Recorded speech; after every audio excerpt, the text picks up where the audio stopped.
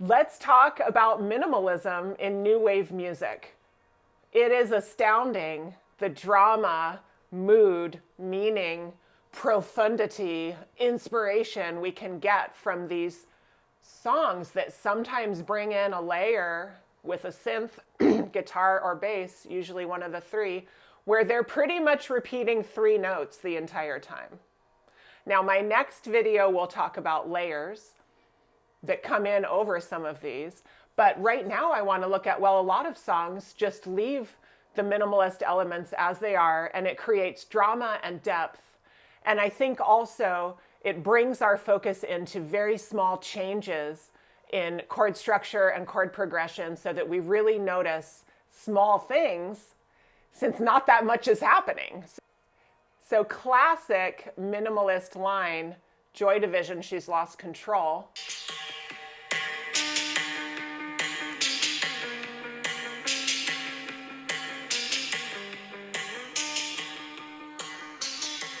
Keeps going.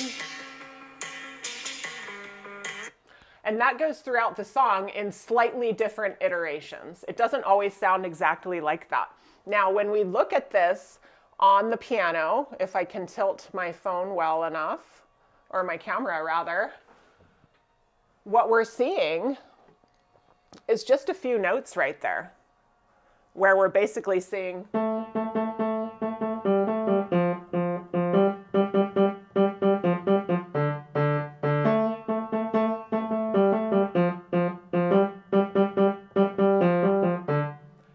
my fingers touched these four notes only. Okay, we're talking about four notes, and yet we've already started a groove. We've already started traveling somewhere. It's this, I can't remember the fancy music theory word for it. I'll bring it to the next video. But this sound as if we're moving forward all the time, and it propels us, that simple line, through that entire song. Want to play a couple notes from another one that I'm not going to show on the piano, but because She's Lost Control is more of a dark mood, and by the way, it is not somebody saying that women are out of control. It's somebody talking about epilepsy, right? That the singer Ian Curtis of Joy Division was dealing with.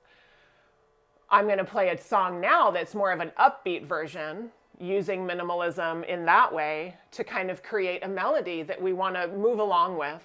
And yet again, it's a pretty thin line of just a few notes, but profound. Here's the artist.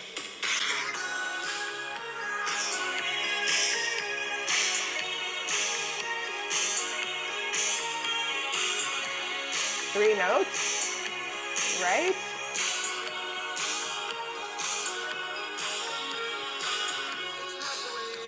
I'm getting all into it from just three notes bringing me in, and those were notes that were all in a row. Okay, another big song from later in the 80s. Maybe some people would feel that it's not new wave, but I am not one for accuracy. The Promise, When in Rome.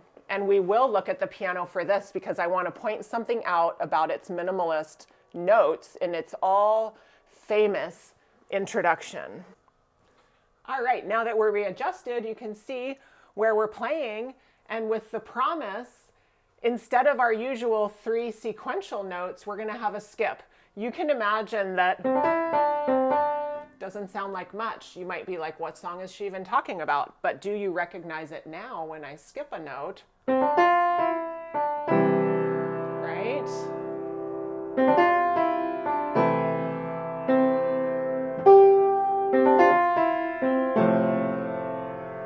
And so what we see there, I think, is that because of the minimalism, each note choice matters so much.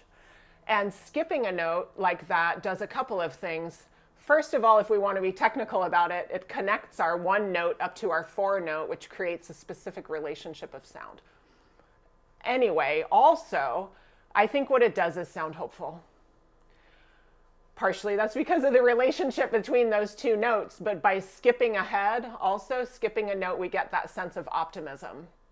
So three songs that just sort of exemplify that minimalistic nature of a lot of new wave music to get us started here. Our next video, like I said, will be about layers, but Cool thing about this video, we have a guessing game. So if you can recognize the upcoming tune, you will be the first person to be referred to as rad on this channel of all time. Now, it's from the new wave era. I will tell you, I don't have a lot of qualifications for this post. I've never been in a band. I'm not a music teacher. I'm not a music scholar. There's not much that I can say where, oh yeah, I'm gonna always get this right and you should really, believe in my point of view. But I will tell you this, I was alive when new wave and dark wave music were really just making waves in society and art and culture. And I was paying attention, and I was lucky enough to live in a place in the Bay Area in California where there were about 5 college radio stations around. And we would get to hear music other people didn't. I was a tween and then a teen, and I was listening to all this stuff. So I came upon a song that often friends of mine who love music didn't hear. And so I'm curious if you heard it, and if so, what it meant to you.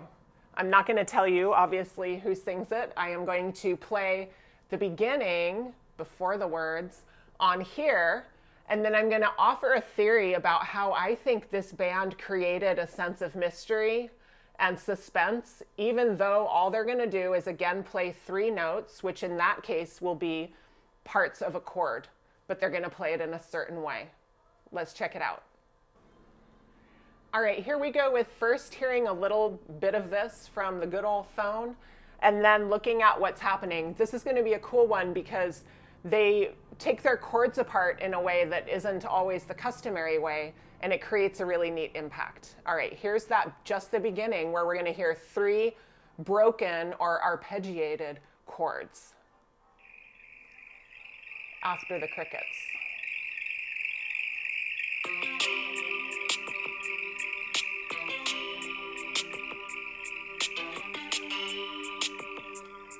Let me interject.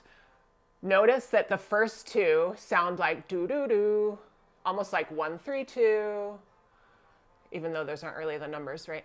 1, 3, 2, 1, 3, 2, and the last one sounds like 1, 2, 3. They're gonna go in different order, and I'll show you on the piano in a second, but let's hear it one more time.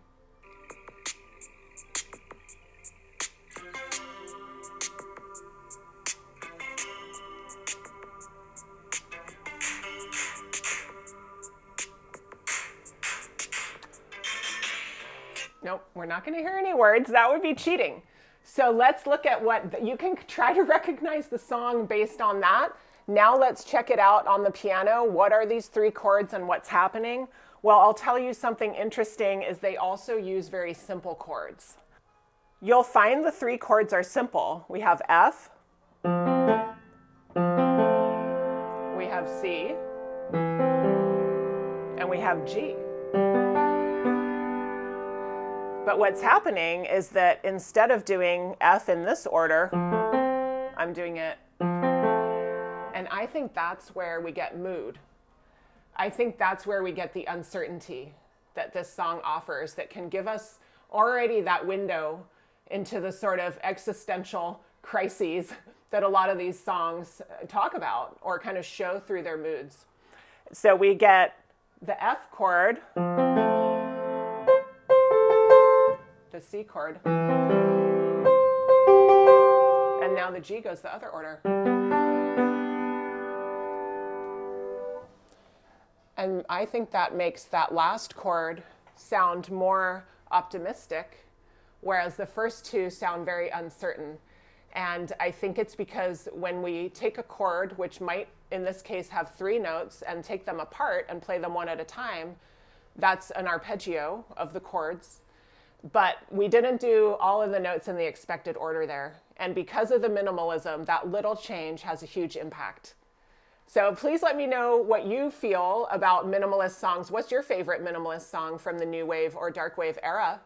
Or even today, music that you feel is invoking that kind of sound. And if you recognize the artist, please let me know, name of the song, name of the artist. You'll be the first person to be called rad on the channel. And I'd love to hear what that song meant to you. If you knew it back then, or if you've listened to it now, what you think of it. It's a little bit different. Thanks for being here. I'm Erin, and this has been Newish Wave.